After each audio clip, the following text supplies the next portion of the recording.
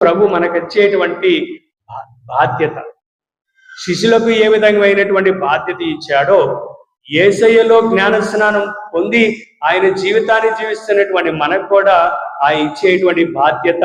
మొట్టమొదటిది అపోస్తల కార్యాలు 1వ అధ్యాయము 8వ వచనంలో చూసినట్లయితే, అయినను పవిత్రాత్మ మీపైకి వచ్చినప్పుడు మీరు శక్తిని పొందుదురు, కనుక మీరు యెరూషలేములోను యూదయ సమరయ సీమ అంతటను మీరు భూ దిగంతముల వరకు నాకు సాక్షులుగా ఉండెదరు. Praise the Lord, praise the lord.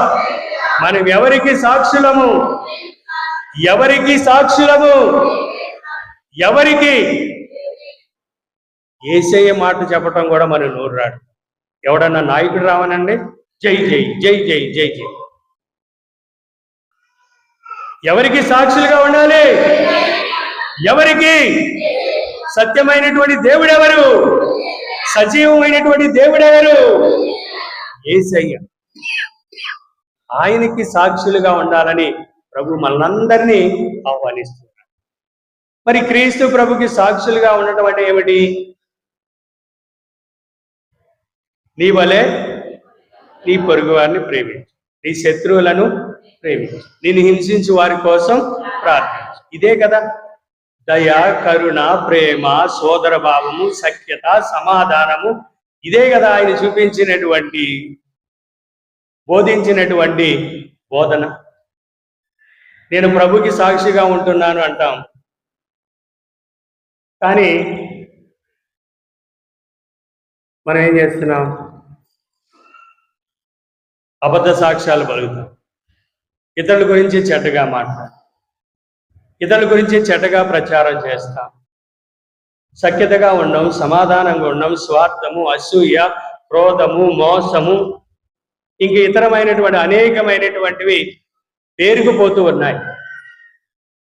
మరి ప్రభువే చెప్తూ ఉన్నాడు, మీరు దీనికి సాక్షులు. దేనికి సాక్షులు? దేనికి సాక్షులు? మనం జీవించే జీవన విధానానికి సాక్షి. అందుకనే పునీత ఫ్రాన్సిస్ ఆఫ్ అసిసి గారు అంటూ ఉన్నారు, if needed use the words. అవసరమైతేనే మాట్లాడండి.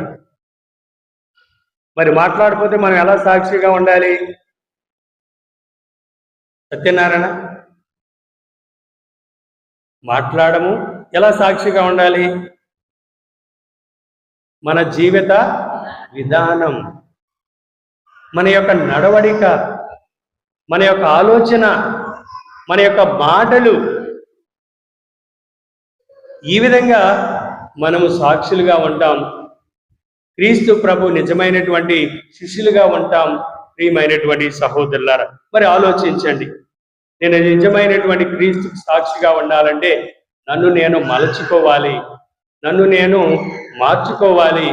నా యొక్క మాట తీరు, నా యొక్క ప్రవర్తన, నా ఆలోచన నేను మార్చుకోవాలి. అప్పుడే ప్రభుకి సాక్షిగా ఉండాలని గ్రహించాలి.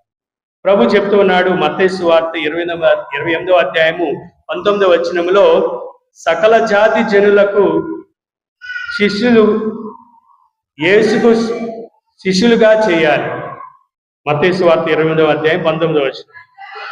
కనుక మీరు వెళ్ళి సకల జాతి జనులకు పితాపుత్ర పవిత్రాత్మ నామమున జ్ఞానస్నానమస్తుడు, వారిని నా శిష్యులను చేయండి. మనము శిష్యత్వాన్ని, శిష్యులుగా మనము జీవిస్తూ ఉండగా మన జీవిత విధానంతో సాక్షులుగా ఉంటూ ఇతరులను ప్రేరేపించాలి. ఇతరులు క్రీస్తు ప్రభుని విశ్వసించే విధంగా మన జీవితాలు మలుచుకోవాలి. మనల్ని చూసి ఇదే కథోలికలరా బాబు, ఏమైనటువంటి కథోలిక సంఘం రా బాబు, వీరిలో సఖ్యత లేదు, సమాధానం లేదు, సాత్వికత లేదు, వీరిలో సోదరభావం లేదు, వీరిలో ఒకరంటే ఒకరు గౌరవం లేదు, పగలు, కాఠిన్యాలు, స్వార్థం, అసూయ అని ఉంటే మన సంఘం, కథోలిక సంఘం నిజమైనటువంటి కథోలికలుగా మనం జీవిస్తూ ఉన్నామా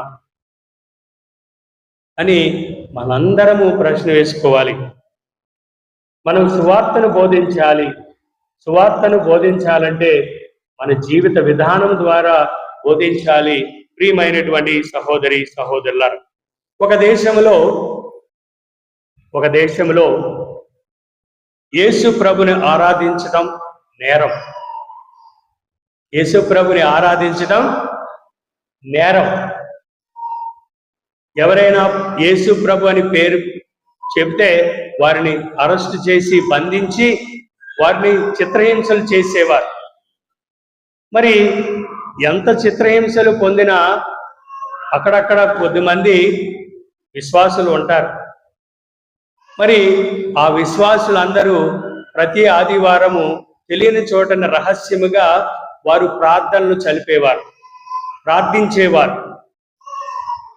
అలా వారి జీవితాలు కొనసాగుతూ ఉండగా ఒకరోజు హఠాత్తుగా వారు ఒక ప్రదేశంలో ప్రార్థన చేస్తూ ఉండగా ఇద్దరు దుండగులు గన్నలతో వారిని ముట్టడించి వారిని బెదిరిస్తూ ఉన్నారు. ఏమని బెదిరిస్తున్నారంటే, మీరు నిజమైనటువంటి యేసయ్య సజీవుడైనటువంటి దేవుడని ఎవరైతే నమ్ముతూ ఉన్నారో వారిని ఇక్కడికిక్కడే మేము కాల్చి చంపేస్తాం. అది కాదు, క్రీస్తు ప్రభు నిజమైనటువంటి దేవుడు కాదు, ఆయన మృత్యుంజయుడు అవలేదు అని ఎవరైతే బహిరంగముగా ప్రకటించి పారిపోతారో వారిని మేము బ్రతికిస్తాము, చంపము అని చెప్పినప్పుడు చెప్పండి ఎంతమంది వెళ్ళిపోయారు తెలుసా? ఉన్న వాళ్ళందరూ నా ప్రాణం ముఖ్యం, నా ప్రాణం ముఖ్యం, యేసు ప్రభు నిజమైనటువంటి దేవుడు కాదని చాలా మంది పారిపోయారు. కానీ 10 మంది మాత్రమే ధైర్యంతో ఒకరి చేయి ఒకరు పట్టుకుని ప్రార్థన చేస్తూ క్రీస్తు ప్రభు నిజమైనటువంటి దేవుడు, మరణాన్ని జయించినటువంటి సత్యవంతుడైనటువంటి దేవుడు అని విశ్వసిస్తూ ప్రార్థన చేస్తూ పాటలు పాడుతూ స్తుతిస్తూ ఉన్నారు.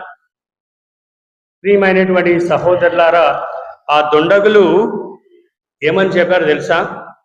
మేము కూడా క్రైస్తవులమే, ఇప్పటి వరకు మీలో ఉన్న నామకార్థ క్రైస్తవులే ఇక్కడ ఆరాధనలో జరుగుతుందని ఫిర్యాదు చేశారు.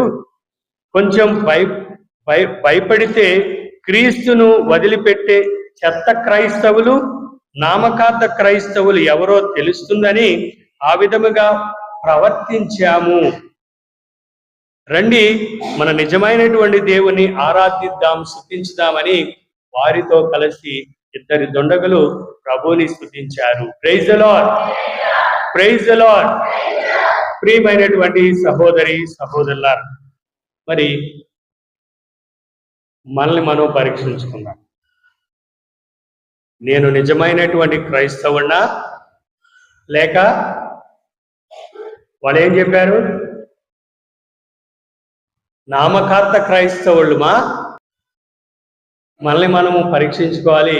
దానికి సమాధానం మనమే తెలుసుకోవాలి.